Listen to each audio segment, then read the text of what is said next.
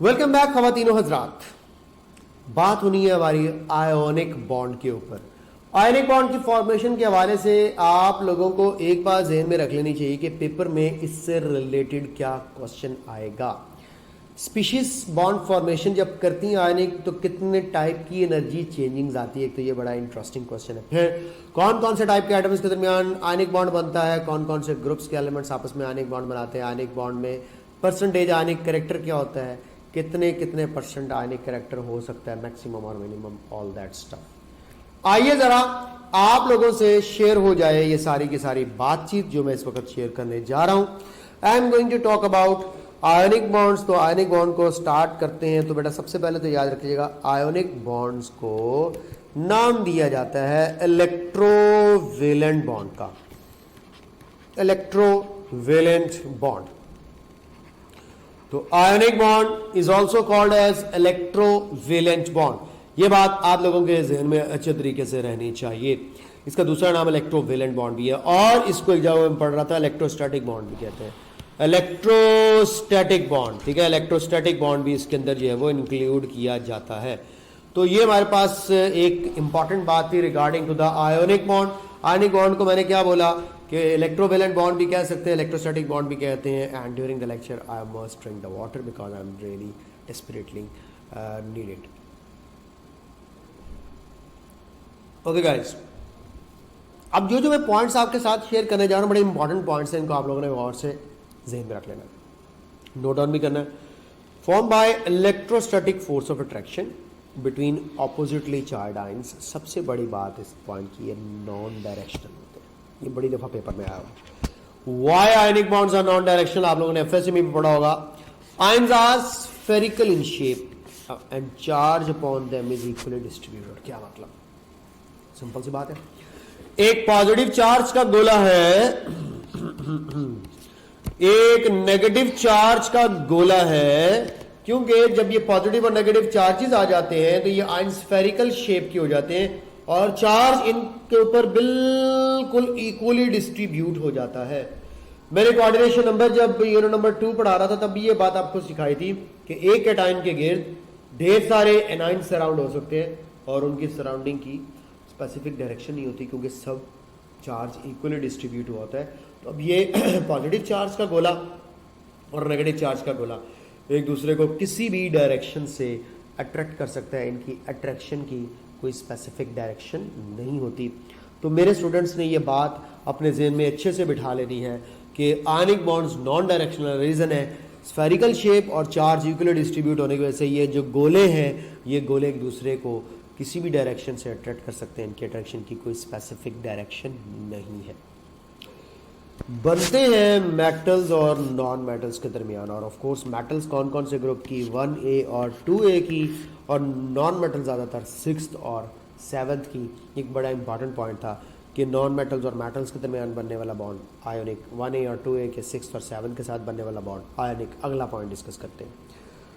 लो ionization energy के elements यानी कि मेटल्स और हाई इलेक्ट्रॉन एफिनिटी के यानी कि नॉन मेटल्स के दरमियान ये बॉन्ड बनते हैं। तो ये भी तो पॉइंट वही है जो हम लोगों ने पीछे पढ़ा है कि मेटल्स और non metal, low ionization energy and high electron affinity of course इन्हीं की होती है। तो इसी की बेस पर ये बात चल रही थी आप लोगों के साथ, ये भी पॉइंट आप लोगों का क्लियर हो गया। उसके बाद कहते हैं कि ionic bonds are to be considered the strongest chemical bond. ये समस्या आज मैंने हल कर दी कि आयनिक, कोवेलेंट और कोऑर्डिनेट में सबसे स्ट्रॉन्गेस्ट कौन है।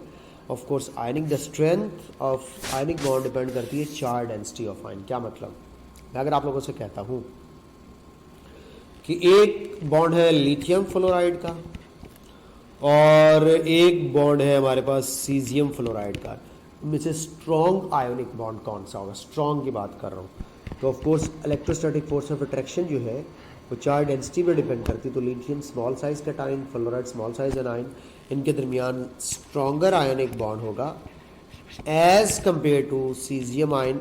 और नो डाउट सीजियम और फ्लोराइड के अंदर परसेंटेज आयनिक करेक्टर ज़्यादा होगी, लेकिन हम strength of the ionic bond को परसेंटेज आयनिक करेक्टर के साथ ऐसे यहाँ पे रिलेट नहीं कर सकते क्योंकि हम लोग स्ट्रेंथ की बात कर रहे हैं on the basis of electrostatic attraction.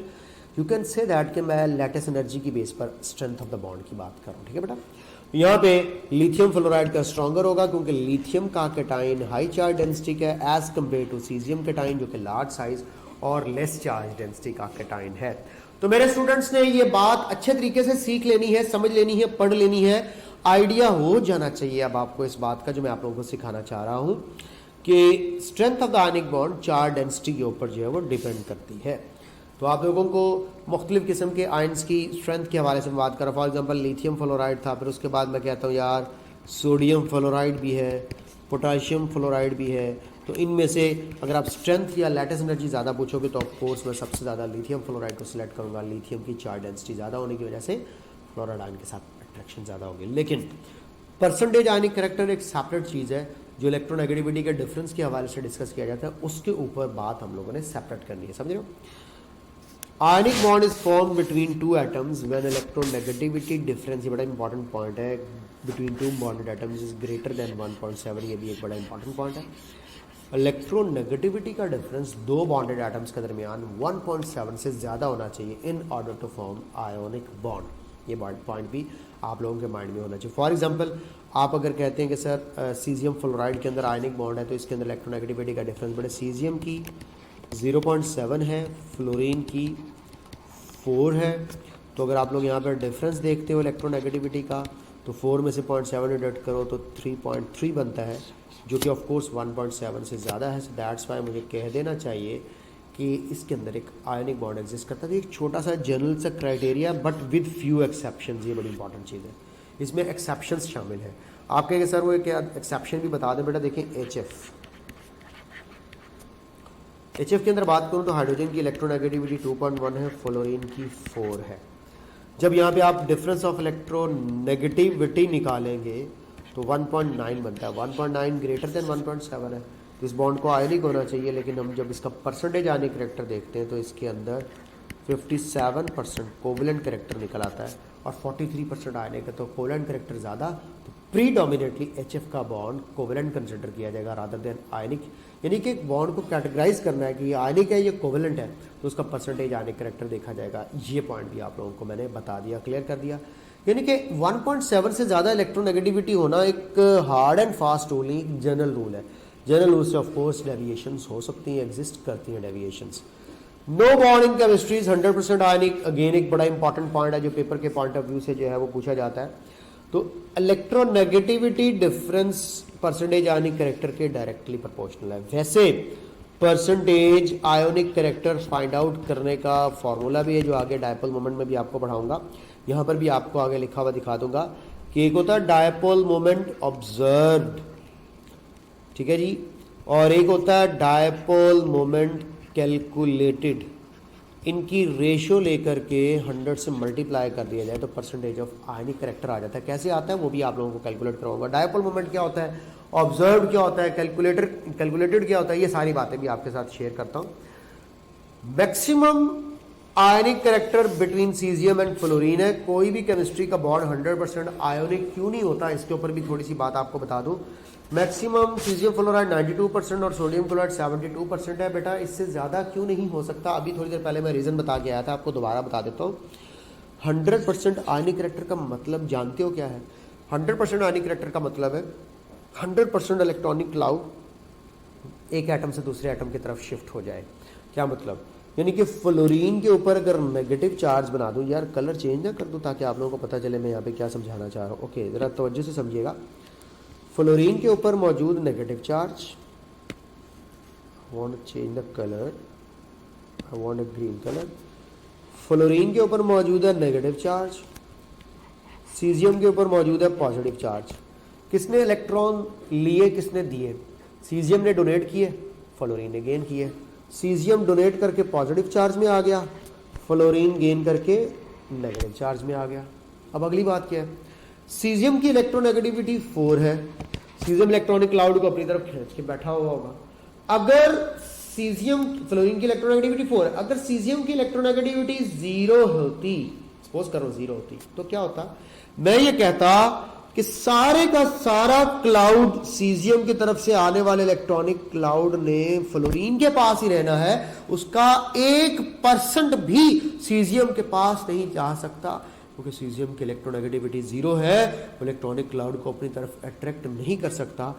इस सिनेरियो के साथ 0 और 4 इलेक्ट्रोनेगेटिविटी के साथ मुझे कह देना चाहिए था कि इसके अंदर 100% आयोनिक करेक्टर है, 0% कोवलेंट करेक्टर है। ये शेयरिंग नहीं हो सकती क्लाउड की, सीजियम थोड़ा सा भी क्लाउड अपने पास नहीं रख सकता, मगर ऐसा नहीं होता।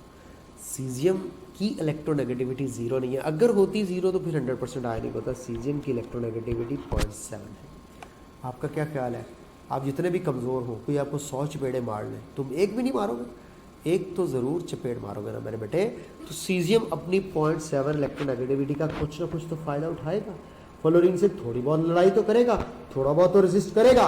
तो बेटा सीजियम ने अपनी 0.7 इलेक्ट्रोनेगेटिविटी की बेस पर थोड़ा सा क्लाउड का पोर्शन अपने पास रख लेना, यानी कि शेयरिंग कर लेनी है क्लाउड की।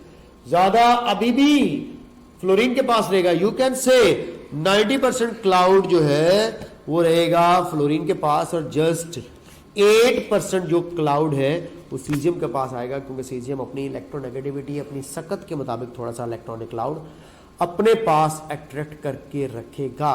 तो इसलिए बेटे यहाँ पे 100% आयनिक बॉन्ड पॉसिबल नहीं है, क्योंकि सीजियम से कम किसी और की इलेक्ट्रोनेगेटिविटी नहीं है। फ्रेंसियम की है, मगर वो रेडियो एक्टिव है, वो इंक्लूड नहीं किया जाएगा, अनस्टेबल है। और फ्लोरीन से ज़्यादा किसी और की इलेक्ट्रोनेगेटिविटी नहीं है।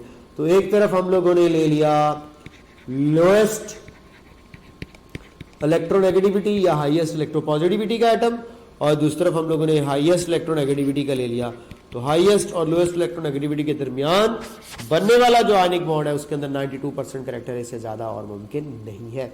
इस तरह सोडियम क्लोराइड में 72% है, और इसको चेकआउट कैसे करते हैं? एक तो इसका ये फॉर्मूला याद रखिएगा, परसेंटेज आयनिक करेक्टर इलेक्ट्रोनेगेटिविटी के डिफरेंस के साथ प्रोपोर्शनल है। आप कैलकुलेट कर लें यहाँ पे इलेक्ट्रोनेगेटिविटी का डिफरेंस। सोडियम की 1 इलेक्ट्रोनेगेटिविटी है और क्लोरीन की जो है वो 3 है, तो यहाँ पे तकरीबन 2 का इलेक्ट्रोनेगेटिविटी का डिफरेंस बन रहा है। तो इसी तरह का ये जो स्टफ होता है, इसकी बेस पर आप लोगों ने ये सारी की सारी बातचीत जो है वो करनी होती है। तो ये तो था 72%। बेटा कोवलेंट भी याद रखिएगा, बाज़ दफ़ा आयनिक नहीं पूछता, कोवलेंट पूछ लेता, बच्चे जल्दबाजी में आयनिक सेलेक्ट करके बैठे होते हैं। तो ये था एक परसेंटेज ऑफ आयनिक करेक्टर के ऊपर छोटा सा कॉन्सेप्ट जो मैंने आप लोगों का उम्मीद है क्लियर कर दिया होगा। Calculation of the percentage ionic character, जैसे कि मैंने आपसे बताया कि आयनिक character percentage measured dipole moment, जिसको ऑब्जर्व भी कहते हैं, जो इंस्ट्रूमेंट के थ्रू मेजर किया जाता है। तीसरा कैलकुलेटेड डायपोल मोमेंट है, जो कैलकुलेट किया जाता है Q क्रॉस R वाले फार्मूले से, यानी कि ये हमारे पास थ्योरेटिकल कहला सकता है। थ्योरेटिकल जिस तरह एक्चुअल लीड और थ्योरेटिकल लीड आपको बताई थी, ये ऊपर वाला हमारे पास एक्चुअल कहला सकता है। बिल्कुल इसी तरह एक्चुअल और थ्योरेटिकल की रेशियो लेकर 100 से मल्टीप्लाई कर दे तो परसेंटेज ऑफ आयनिक करेक्टर आ जाता है। आयनिक कंपाउंड्स का जनरली 50% से ज़्यादा आयनिक करेक्टर होता है। एक तो ये MCQ के लिए याद रखिएगा, बड़ा इंपॉर्टेंट पॉइंट है।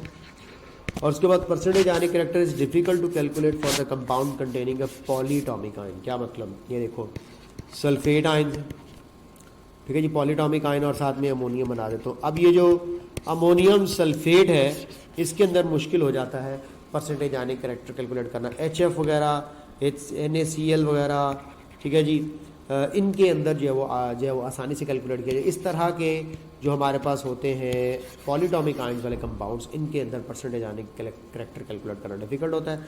सोडियम क्लोराइड ले लो, कैल्शियम क्लोराइड ले लो, तो इस तरह के सिंपल डाइटॉमिक वगैरह के लिए कैलकुलेशन रिलेटिवली आसान होती है। समझिए बात को?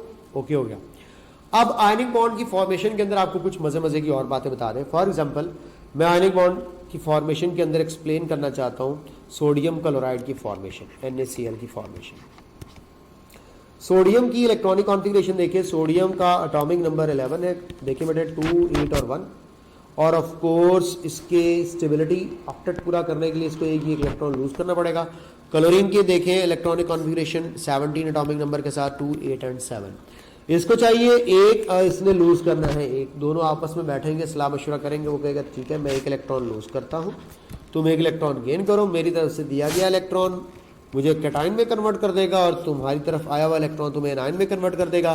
बाद में जब तुम कैटाइन और एनाइन बन चुके होगे तो फिर हम आपस में electrostatic force of attraction develop कर लेंगे।